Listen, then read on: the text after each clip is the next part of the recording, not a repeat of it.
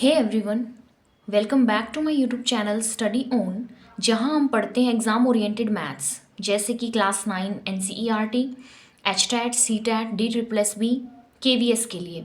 आज हम अपने पॉलिनोमियल चैप्टर के नेक्स्ट पार्ट को शुरू कर रहे हैं, जिसमें हम कॉम्प्लेक्स प्रॉब्लम्स और कंसेप्ट्स को आसान तरीके से समझेंगे। नेक्स्ट पार्ट को शुरू करने से पहले अगर आपने हमारे नंबर सिस्टम चैप्टर के वीडियोज़ नहीं देखे हैं तो ज़रूर देखिए। मैं उनका लिंक इसी वीडियो के डिस्क्रिप्शन में शेयर कर दूंगी, क्योंकि ये आपके मैथ्स के बेसिक्स को बहुत मजबूत करेगा। उसके अलावा पॉलिनोमियल चैप्टर के पहले पार्ट को भी आप ज़रूर देखिए, जिसमें हमने बेसिक कंसेप्ट को क्लियर किया है। तो चलिए बिना किसी देरी के पॉलिनोमियल के नेक्स्ट पार्ट को शुरू करते हैं। आपने क्लास 8 में ये छोटा सा कंसेप्ट पढ़ा होगा, जो है dividend is equal to divisor multiply quotient plus remainder. बहुत ही सिंपल सी चीज़ है। जैसे आप 10 को 3 से डिवाइड करते हैं तो क्या होता है, जब आप 10 को डिवाइड करेंगे 3 से, 3 3 ज़ा 9, 1 आपके पास रिमाइंडर बचेगा। तो जो आपका 10 है वो डिविडेंड है, 3 जिससे आप डिवाइड करते हैं वो डिवीज़र होता है, क्वेश्चन मतलब जो आंसर आप जिस टेबल पर आपका आंसर गया है वो क्वेश्चन है, प्लस रिमाइंडर जो लेफ्ट बचा है वो आपके पास क्या होता है, रिमाइंडर होता है। तो देखिए जब मैं इसको सॉल्व करती हूँ 3 3 ज़ा 9, 9 + 1 10, तो 10 इज इक्वल टू 10। ये चीज़ आपको ऑलरेडी पता होगी। देखिए मैंने नंबर के लिए आपको बताया, अगर पोलिनोमियल के लिए यही चीज़ हो तो इन जनरल अगर हम देखें, if px and gx are two polynomials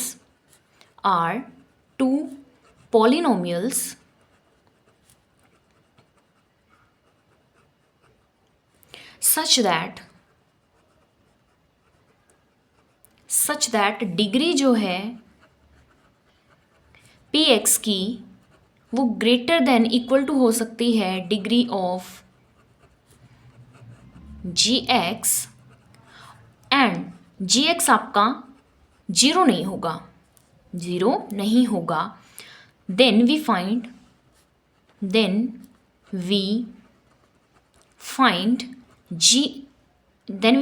qx and rx such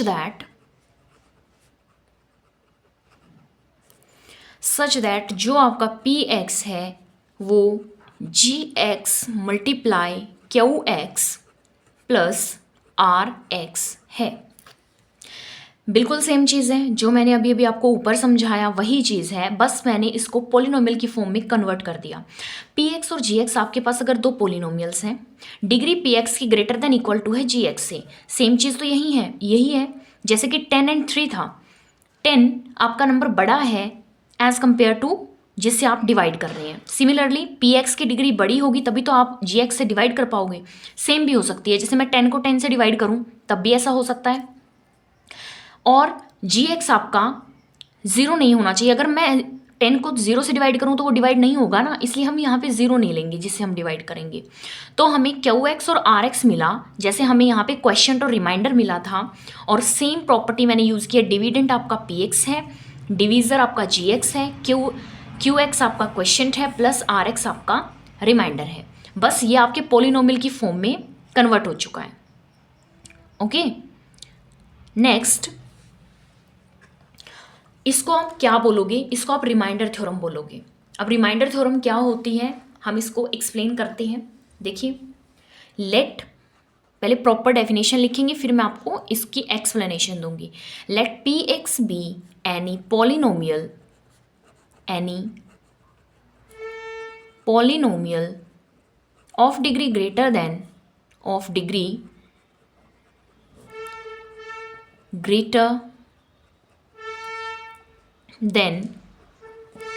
or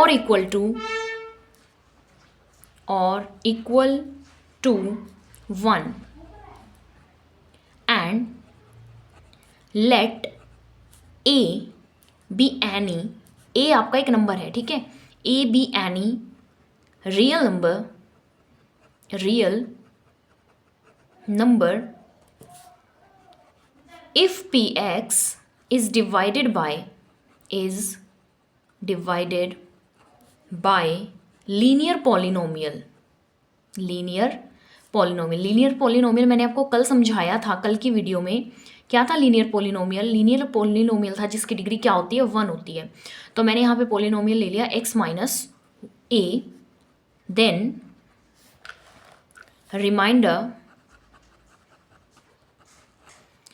reminder is p a. तो आपके पास रिमाइंडर क्या आ जाएगा, पी ए आ जाएगा। जैसे कि आपके पास पॉलिनोमियल है पी एक्स, इसको जब हम एक लीनियर पॉलिनोमियल x माइनस ए से डिवाइड करते हैं तो आपके पास रिमाइंडर आ जाता है पी ए। x माइनस ए का मतलब क्या है, x माइनस ए का मतलब इसको आप 0 के साथ इक्वेट करिए तो x की वैल्यू आपके पास a आ जाएगी। तो जो पॉलिनोमियल में इसकी वैल्यू को हम पुट करेंगे और जो इसकी वैल्यू आएगी वो आपके पास क्या कहलाएगा, रिमाइंडर कहलाएगा। और ये है आपकी रिमाइंडर थ्योरम। ओके, ये थ्योरम है, आपको इस कंसेप्ट को याद ही करना पड़ेगा। इसके रिगार्डिंग एक एग्जाम्पल देखिए, find the remainder when this is divided by x minus 1। वैसे तो एक मेथड ये है कि आप इसको लॉन्ग डिवीजन मेथड से डिवाइड करके देख लीजिए, तो आपके पास रिमाइंडर जो बचेगा वो आप आंसर कर सकते हैं।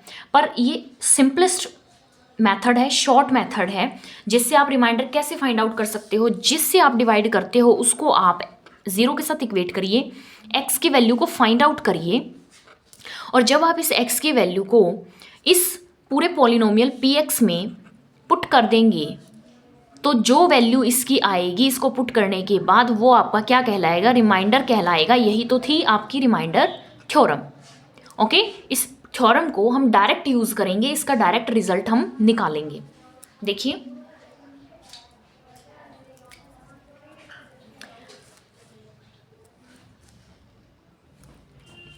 P1 is equal to 1 power 4 plus 1 power 3 minus 2, 1 power 2 plus 1 plus 1।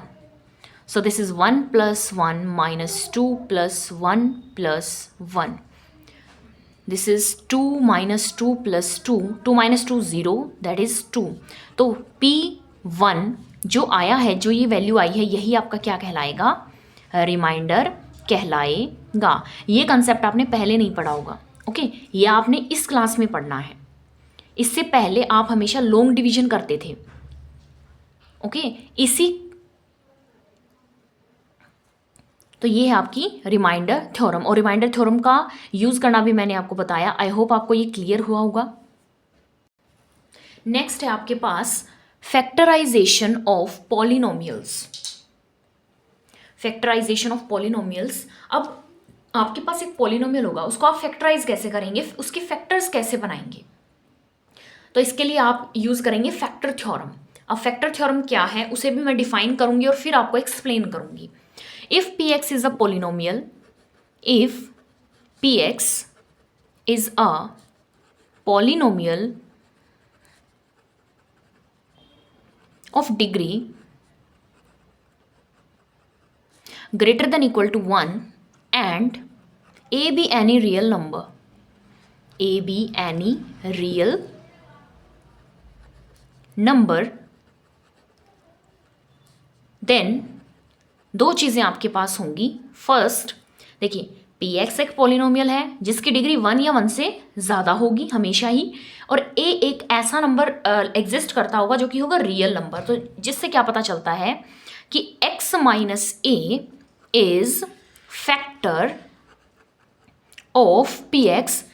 x minus a px का फैक्टर होगा if pa is equal to 0। इस कंसेप्ट को देखिए, मैं आपको नंबर के फॉर्म में आपको ये कंसेप्ट समझाती हूँ।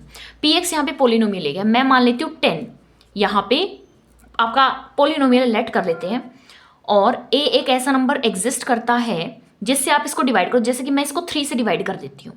3 से जब मैं इसको डिवाइड करती हूँ, या 3 से नहीं करके 2 से डिवाइड करती हूँ, तो देखिए जब मैं 2 से इसको डिवाइड कर दूंगी पूरा पूरा डिवाइड कर दूंगी तो मेरे पास आंसर 5 आएगा, और जो रिमाइंडर होगा वो तो आपके पास क्या बनेगा, रिमाइंडर आपके पास 0 बनेगा, क्योंकि इसका रिमाइंडर बचेगा ही नहीं, ये तो कंप्लीटली डिवाइड हो जाएगा 2 से। सिमिलरली ये चीज़ यहाँ पे है, x माइनस ए से जब x माइनस ए जब इसका फैक्टर 2 यहाँ पे 10 का फैक्टर ही तो है, फैक्टर क्या होता है जो उसको उस नंबर को कंप्लीटली डिवाइड कर दे। Similarly x minus a p x को कंप्लीटली डिवाइड कर रहा है, इसलिए ये फैक्टर है। अगर फैक्टर है तो उसका रिमाइंडर जो होगा, ये अभी मैंने रिमाइंडर थ्योरम में आपको बताया, पी ए क्या होगा, रिमाइंडर होगा, तो रिमाइंडर आपका 0 आएगा। बिल्कुल सही बात है। ओके, ये चीज़ आपको ऑलरेडी पता है। नेक्स्ट, इसी में अगर पी एक्स एक पोलिनोमियल है, ए एक रियल नंबर है, देन पी ए 0 है। अगर रिमाइंडर आपके पास 0 आ जाता है, डिवाइड करके आपने जैसे ही देखा, आपको पता लगा कि रिमाइंडर मेरे पास 0 बन गया। अगर रिमाइंडर 0 बन गया तो इससे आप ये कंक्लूड कर सकते हैं x minus a is a factor of P x, factor of P x. तो दोनों चीज़ें मैंने आपको बताई। अगर x माइनस ए, अगर पी ए 0 है तो x माइनस ए फैक्टर हो जाएगा पी एक्स का। अगर x माइनस ए फैक्टर है पी एक्स का तो रिमाइंडर आपके पास पी ए आपके पास 0 हो जाएगा। इन्हीं दोनों चीज़ों को उल्टा करके लिख दिया है इन्होंने। ओके, आई होप आपको फैक्टर थ्योरम समझ आई होगी। रिमाइंडर थ्योरम से ही निकली है फैक्टर थ्योरम। इसके रिगार्डिंग एक एग्जाम्पल देखिए, examine whether x plus 2 is a factor of this. Remainder theorem का यूज भी हो जाएगा, फैक्टर थ्योरम का यूज भी हो जाएगा, दोनों का यूज इसी एग्जाम्पल में हो जाएगा। देखिए कैसे होगा। उन्होंने कहा है चेक करो कि x प्लस 2 फैक्टर है इस पॉलिनोमियल का, है कि नहीं आपको बताना है। मैं क्या करूंगी, पहले रिमाइंडर थ्योरम का यूज करके रिमाइंडर निकाल लूंगी। रिमाइंडर जैसे ही आ जाएगा, अगर वो 0 आए तो इट मीन्स ये फैक्टर है, और अगर 0 ना आए तो इट मीन्स ये फैक्टर आपका नहीं है। तो देखिए x, रिमाइंडर थ्योरम क्या थी कि जिससे आप डिवाइड करते हो x प्लस 2 को 0 के साथ इक्वेट करके x की वैल्यू हम निकाल लेते हैं। जैसे ही x की वैल्यू हमारे पास आ जाएगी, पोलिनोमियल के अंदर हम x की वैल्यू को पुट करवाएंगे। पुट करवाने के बाद जो मेरे पास उसकी वैल्यू आएगी वो मेरे पास क्या होगी, क्या होगा, रिमाइंडर होगा।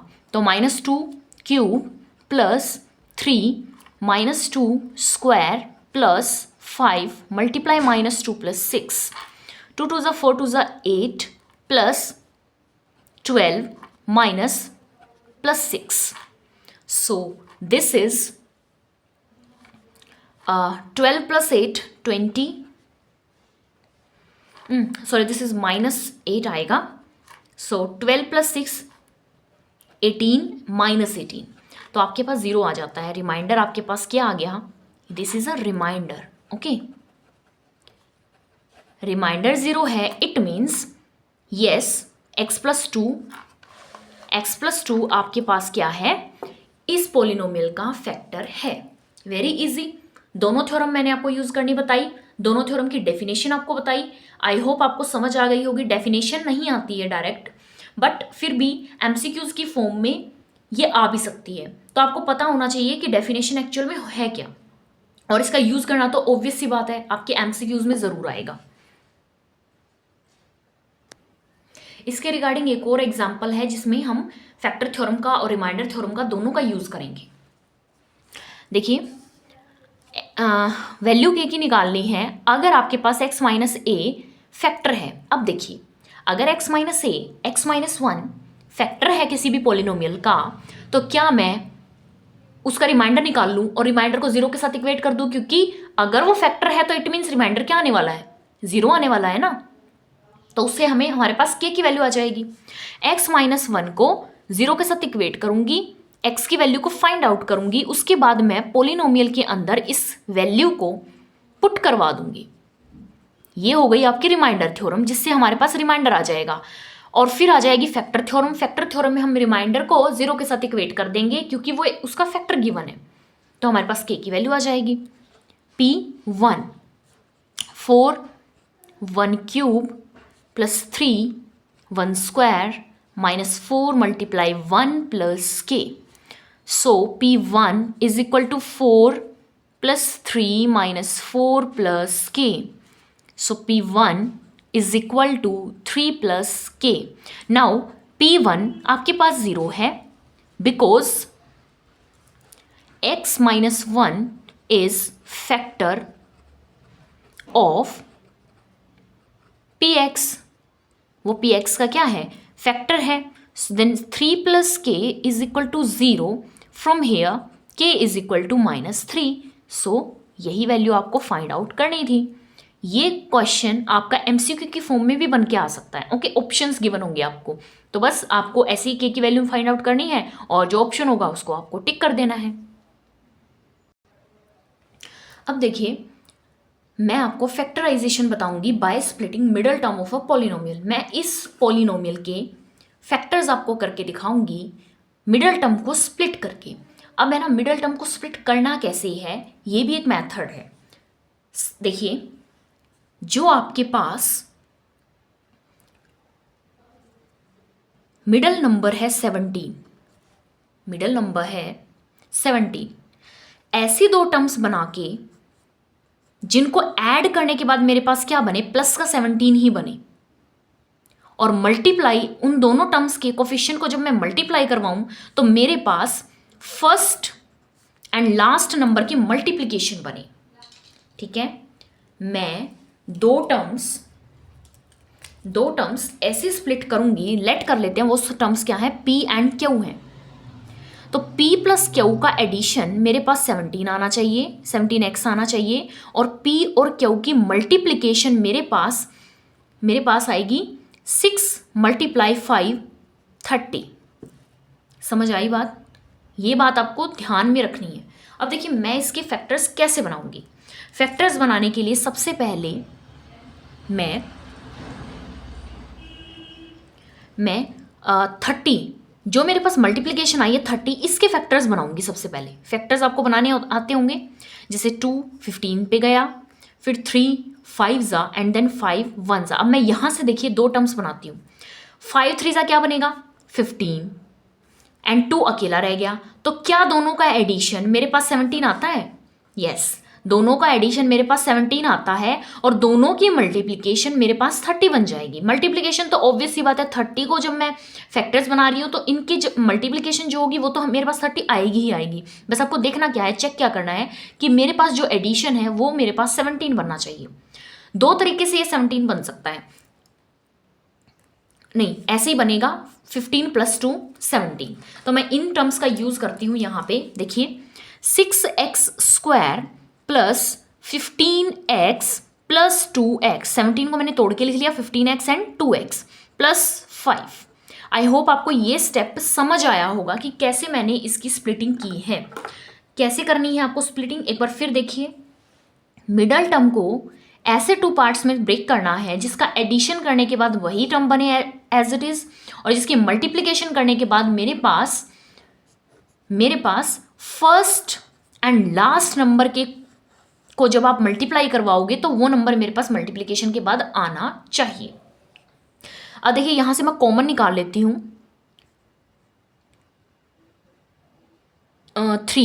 3x, देखिए यहाँ से 3x कॉमन आ जाएगा और यहाँ से भी 3x कॉमन आ जाएगा, तो यहाँ पीछे क्या बचेगा, एक x बच जाएगा.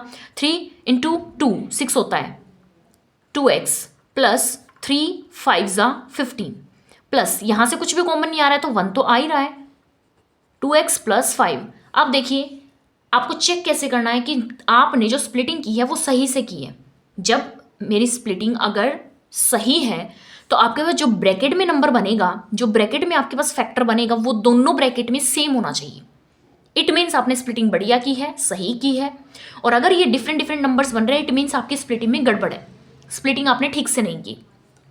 यहाँ से 2x + 5 दोनों से कॉमन आ रहा है, दोनों से ही मैं इसको बाहर कर दूंगी, और अंदर क्या बचेगा मेरे पास, इधर से बचेगा 3x प्लस में बच जाएगा मेरे पास 1. तो ये दो फैक्टर्स मेरे पास आ गए इस पॉलिनोमियल के. आई होप आपको ये क्लियर हुआ होगा कि कैसे मैंने मिडल टर्म की स्प्लिटिंग की और फैक्टर्स निकाले. अब नेक्स्ट एग्जांपल है, factorise this number by using the factor theorem. अब देखिए, मैंने वहां पे मिडल टर्म से स्प्लिटिंग सिखाई, फैक्टर्स बनाने सिखाए. इस क्वेश्चन में, इस एग्जांपल में हम पढ़ेंगे कि कैसे मैं फैक्टर थ्योरम का यूज करके इसकी फैक्टराइजेशन कर सकती हूं. तो चलिए स्टार्ट करते हैं. Factorise y square minus 5y plus 6। आपके पास पोलिनोमियल है y square minus 5y plus 6। अगर आपने ध्यान दिया हो तो जो ये आपका, सॉरी यहाँ पे y आएगा क्योंकि y का पोलिनोमियल है ना, y as a variable use हुआ है, तो पी वाई मेरे पास क्या इस फॉर्म में है, y minus a and y minus b, क्योंकि इन दोनों की मल्टीप्लिकेशन करने के बाद ही तो ऐसा कोई नंबर बना होगा। तो ये आपको याद रखना है कि आप हर बार पोलिनोमियल को ऐसे लिखेंगे, y minus a Y minus B. अगर x कोफिशिएंट होता तो मैं लिखती x माइनस ए एक्स माइनस बी का मल्टीप्लिकेशन। अब देखिए इसकी मल्टीप्लिकेशन कर लेते हैं, हमें नहीं पता a और b क्या है, a और b ही तो हमें फैक्टर निकालने हैं। ऊपर देखिए इसी फॉर्म में मेरा क्वेश्चन आ रहा है, x plus 5 and 3x plus 1। So इसकी मल्टीप्लिकेशन मैं करवाती हूँ, y plus y y square y minus b b y minus a y and plus a b. Okay, अब ध्यान से देखिए, अगर मेरे ये फैक्टर्स हैं, ठीक है, ये चीज़ को मैं इसके साथ कंपेयर करूंगी, ये फर्स्ट इक्वेशन है आपकी, ये सेकंड इक्वेशन है। देखिए फर्स्ट टर्म मेरी सेम है, वाई स्क्वायर, क्लियर क्लियर है ना। यहां पे देखिए क्या था, 6x स्क्वायर था, पर यहां मेरे पास अकेला है वाई स्क्वायर है, पीछे कांस्टेंट टर्म है ए बी और यहां की कांस्टेंट टर्म क्या है, 6 है। तो क्या मैं ए बी को 6 लिख लूं, कंपैरिजन करने के बाद, मतलब दोनों टर्म सेम है, दोनों ही पॉलिनोमियल अगर सेम है तो कांस्टेंट टर्म भी सेम होंगी। तो कांस्टेंट टर्म ए बी 6 है, और 6 के फैक्टर्स क्या बनते हैं, the factors of 6 are, factor 6 के क्या क्या है, एक तो ये 1 से डिवाइड होता है, दूसरा ये 2 से डिवाइड होता है, तीसरा ये 3 से डिवाइड होता है, और खुद 6 से भी डिवाइड होता है। फैक्टर्स आपने पढ़े होंगे कि उस नंबर से बड़े नहीं होते, उस नंबर से छोटे होते हैं, ठीक है। अब देखते हैं, अगर ये फैक्टर्स हैं 6 के, तो इनको मैं इस पॉलिनोमियल में पुट करवा के देख लेती हूँ। अगर मेरे पास 0 बन जाएगा, रिमाइंडर यानी कि 0 आ जाएगा, तो इट मीन्स यही मेरे फैक्टर्स होंगे उसके। तो चेक कर लेते हैं, 2 फैक्टर आएंगे हमारे पास। तो P मैं पहले 1 पुट करती हूँ, तो मेरे पास आया 1 square minus 5 plus 6, so this is 1 plus 1, तो मेरे पास 2 बन गया, इट मीन्स ये फैक्टर नहीं है। P2 को पुट कर देती हूँ, 2 2 ज़ा 4 माइनस 5 2 ज़ा 10 plus 6, so this is 4 minus 4, this is 0। तो एक फैक्टर मेरे पास आ गया 2। तो ए की वैल्यू मैं क्या रख दूंगी, ए बी क्या होगा यहाँ पे, 2 multiply dash is equal to 6। तो एक और मैं पहले ढूंढ लेती हूँ, 3 पे मैं इसको चेक करती हूँ, 3 3 ज़ा 9 माइनस 5 3 ज़ा 15 plus 6, so this is 9 minus 9, so this is 0। दोनों के दोनों फैक्टर मेरे पास आ चुके हैं, 2 एंड 3। तो मैं कैसे लिख सकती हूँ, y minus 2 and y minus 3। आपको अकॉर्डिंग टू सिचुएशन ये वाली वैल्यूज लेनी है। जैसे ये वाई स्क्वायर है तो वाई वाई, अगर मैं इसी एग्जाम्पल को ऐसे करूं, 6x स्क्वायर, तो मेरे पास एक 2x बनेगा माइनस ए, और एक मेरे पास क्या बनेगा, 3x माइनस बी। तो मैं a और b की वैल्यू मेरे पास आ जाएगी, तो मैं इसी सेम मेथड से a और b की वैल्यू निकाल सकती हूँ।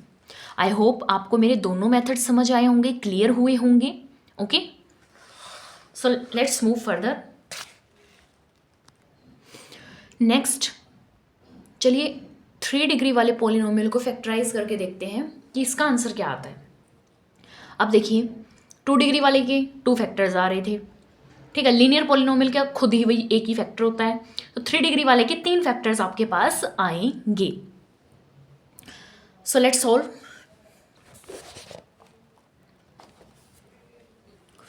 आपके पास यहां पे जो कांस्टेंट टर्म बनती है वो क्या है, -120। हम कांस्टेंट टर्म को ही चेक कर रहे हैं। आपने देखा होगा पिछले जो हमने पहले एग्जाम्पल किया, उस एग्जाम्पल में भी हमने कांस्टेंट टर्म को ही चेक किया था, इसमें भी हम कांस्टेंट टर्म को ही चेक करेंगे।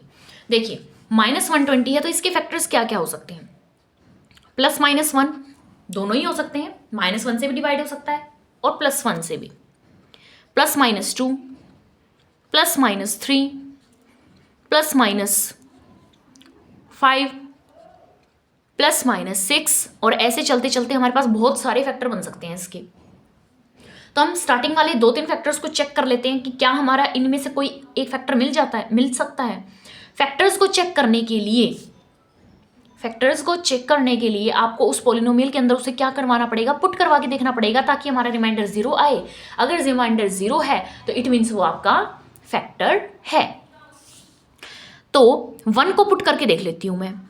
P के अंदर 1 को पुट किया तो 1³ -23, 1 square plus 142 multiply 1 - 120, this is 1 - 23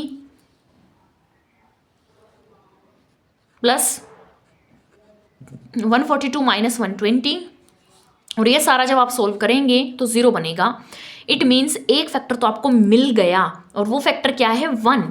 यानी फैक्टर क्या है, x = 1, यानी कि x - 1 आपका फर्स्ट फैक्टर है। फर्स्ट, सेकंड, थर्ड जो भी आप लिखना चाहें, फर्स्ट फैक्टर तो मुझे मिल गया भाई, x - 1। अब हम आगे के फैक्टर्स कैसे फाइंड आउट करेंगे। सबसे पहले देखिए, अगर ये इसका फैक्टर है तो ये नंबर, ये लीनियर पॉलिनोमियल इस पूरे पॉलिनोमियल को कंप्लीटली डिवाइड करता होगा। अब देखिए मैं आपको डिवीजन दिखाती हूँ, आप लॉन्ग डिवीजन कैसे करते हैं एक पॉलिनोमियल से दूसरे पॉलिनोमियल की। थोड़ा ध्यान से समझिएगा, थोड़ी सी कॉम्प्लेक्स होती है पर हम कर सकते हैं, ऐसी बात नहीं है। +142 को +123, तो x - 1 से मैं डिवाइड करती हूँ। देखिए आपके पास यहाँ पे क्या है, x है, यहाँ क्या है, x है, और यहाँ पे क्या है, x³ है। हमें x³ कंप्लीटली वैनिश करना है। ऐसे सोच के चलिए आप कि हमें ये नंबर्स कंप्लीटली वैनिश तो करने हैं, एंड में आके हमारे पास 0 बनना चाहिए, क्योंकि ये इसका फैक्टर है। हम इसको प्रूफ कर चुके हैं ना कि ये इसका फैक्टर है, रिमाइंडर निकाल के हमने देख लिया 0 आ गया था।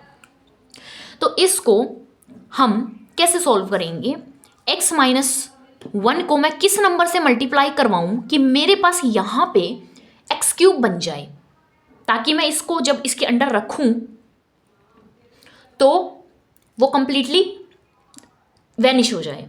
अब देखिए, अब आपके पास डाउट होगा कि मैं मल्टीप्लाई क्यों करवाऊं किसी नंबर से। तो देखिए हम पहले सिंपल एग्जाम्पल देख लेते हैं, जो हमारा नॉर्मल एग्जाम्पल होता है। मैंने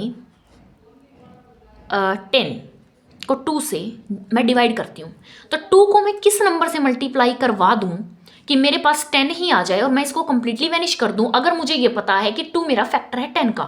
ओके, मैंने आपको ये चीज़ बता दी है ऑलरेडी कि 2 10 का फैक्टर है, तो आप इसको डिवाइड करो, वैनिश करो, इसका रिमाइंडर 0 आना चाहिए। और क्वेश्चन क्या आएगा मैं आपसे पूछ लेती हूँ। तो आप क्या करोगे, 2 को मैं किस नंबर से मल्टीप्लाई करवा दूँ कि मेरे पास यहाँ 10 ही बने और मैं इसको कंप्लीटली वैनिश करके रिमाइंडर को 0 निकाल लूँ। वेरी सिंपल सी चीज़ है बिल्कुल। तो मैं इसको 5 से मल्टीप्लाई करवाऊंगी तो मेरे पास 10 ही बनेगा और मैं इसको वैनिश करवा दूंगी और रिमाइंडर मेरे पास क्या आ जाएगा, 0 आ जाएगा। तो 5 मेरा क्या होगा, क्वेश्चन होगा। तो सेम चीज़ ही मैं यहाँ करने वाली हूँ। x - 1 को मैं किस नंबर से मल्टीप्लाई करवाऊँ, मैं x² से मल्टीप्लाई करवा देती हूँ ताकि मेरे पास बन जाए x³ माइनस, अंदर जब आप इस दोनों नंबर से मल्टीप्लाई करवाना पड़ेगा आपको, किससे मल्टीप्लाई करवाया, x² से मल्टीप्लाई करवाया। अब जो वैल्यू मेरे पास बनी है उसको मैं यहाँ अंडर रख देती हूँ। x³ minus x², sign change होते हैं, आपको पता है 8th क्लास में आप बहुत अच्छे से पढ़ के आए हुए हैं ये चीज़। जब आप माइनस करते हैं तो साइन चेंज हो जाते हैं। ओके, सो ये तो मेरा कंप्लीटली आउट हो गया। यहाँ आ जाते हैं माइनस प्लस माइनस, 23 में से 1x² को जब आप माइनस करोगे तो बनेगा 22 और 22x²। मैं माइनस का साइन लगाऊंगी क्योंकि जो बड़ा नंबर होता है उसका ही साइन हम यूज़ करते हैं।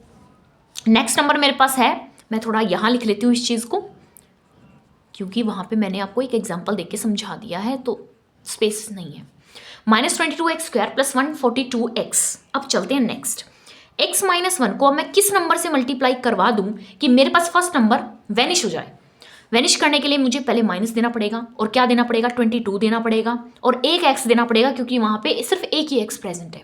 नाउ मल्टीप्लाई, अंदर दोनों से मल्टीप्लाई करवा दो, 22x² + 22x। आई होप आपको ये स्टेप समझ आ रहे हैं क्योंकि 8th में आप बहुत अच्छे से करके आ चुके हैं और अगर आपने प्रॉपर प्रैक्टिस की है तो यहाँ पे आपको डाउट नहीं होना चाहिए कि मैं कैसे इसको अंदर मल्टीप्लाई करवा रही हूँ, कैसे साइन चेंज हो गया। ओके, तो मैंने किससे मल्टीप्लाई करवाया, -22x से मैंने इसको मल्टीप्लाई करवाया और मेरे पास बन गया -22x² plus 22x plus minus sign change, this is vanished. Now plus minus minus, 2 - 2 0, 4 - 2 2, 1, बड़े वाले का साइन आएगा आगे, प्लस शो नहीं करते हैं. वैसे यही चीज़ पॉजिटिविटी बहुत कम होती है तो हम शो नहीं करते, पर नेगेटिविटी हमारे पास एकदम से आ जाती है तो इसलिए हम माइनस साइन को साथ में लेके चल सकते हैं. नाउ नेक्स्ट है नंबर -120. ओके, मैंने उसको नीचे उतार लिया. अब चलिए x-1 को मैं किससे मल्टीप्लाई करवाऊँ कि मेरे पास ये नंबर वैनिश हो जाए. फर्स्ट नंबर को वैनिश करवाना है, एंड वाला ऑटोमेटिकली ही वैनिश हो जाएगा क्योंकि वो उसका फैक्टर है. x-1 को मैं 120 से मल्टीप्लाई करवा देती हूँ. 120x - 120, यहाँ मेरे पास बन गया +120. 120x - 120 sign changed, sorry sine, हाँ ठीक है 120 - 120 0, दिस इज 0. देखिए कंप्लीटली ये क्या आ गया, 0 आ चुका है ना. तो अब मेरे पास जो आंसर आया हुआ है वो आया है x² - 22x + 120. अब मैं इसको सोल्व करती हूँ. ये चीज़ आप पहले सोल्व करके आ चुके हैं, मैंने बहुत अच्छे से समझाया है. मैं मिडल टर्म को स्प्लिट करने वाली हूँ. देखिए मेरे पास यहाँ पे 1 है, 1 × 120 120, 120 के फैक्टर्स बनाइए. 2 6 0, 2 3 0, यहाँ बना लेती हूँ मैं, यहाँ बना लेती हूँ 120 के फैक्टर्स. 2 6 0, 2 3 2 15 3 5 एंड 5 1. अब देखिए मैं बहुत सारे फैक्टर आ गए. मल्टीप्लिकेशन के बाद तो नो डाउट 120 बनेगा, पर मेरे पास माइनस का 122 बनना चाहिए प्लस या माइनस करने के बाद दोनों टर्म्स का. अब देखते हैं कैसे बनेगा ये आपके पास बनने वाला है. बहुत टाइम लगता है इस चीज़ में. 5 2 10, ओके, 3 2 6, 6 2 12. तो क्या 10 और 12 को मैं ऐड करने के बाद माइनस दोनों ही हम क्या ले लेते हैं, माइनस के ले लेते हैं. दोनों को ऐड करने के बाद क्या मेरे पास माइनस का 22 बन जाएगा? तो हाँ बन जाएगा. x² - 10x - 12x + 120. So solve it. x common, x - 10 - 12 common कर लीजिए, x - 10. तो देखिए ब्रैकेट मेरे पास बिल्कुल सेम बन रही है, इट मीन्स मैं सही जा रही हूँ. x - 10 and x - 12. अब देखिए 3 फैक्टर्स आपके पास, इसके क्या क्या आई मैं ऊपर शो कर देती हूँ आपको. एक मेरे पास आया x - 1, ओके. सेकंड मेरे पास आया x - 10 और थर्ड मेरे पास आया x - 12. आई होप ये एग्जाम्पल आपको क्लियर हुआ होगा. ये एग्जाम्पल बहुत ही लॉन्ग था और थोड़ा कॉम्प्लेक्स भी था बट ईजी था. आई होप आपको समझ आया होगा. सो आज के लिए इतना ही. आई होप जितना मैंने आपको इस सेकेंड पार्ट ऑफ पॉलिनोमियल्स में समझाया वो आपको क्लियर हुआ होगा. अगर आपको वीडियो पसंद आई हो तो लाइक करिए, शेयर करिए और चैनल को सब्सक्राइब करना मत भूलिए. कमेंट करके ज़रूर बताइए कि आपको ये पार्ट कैसा लगा. Thank you for watching. See you in the next class. Bye bye.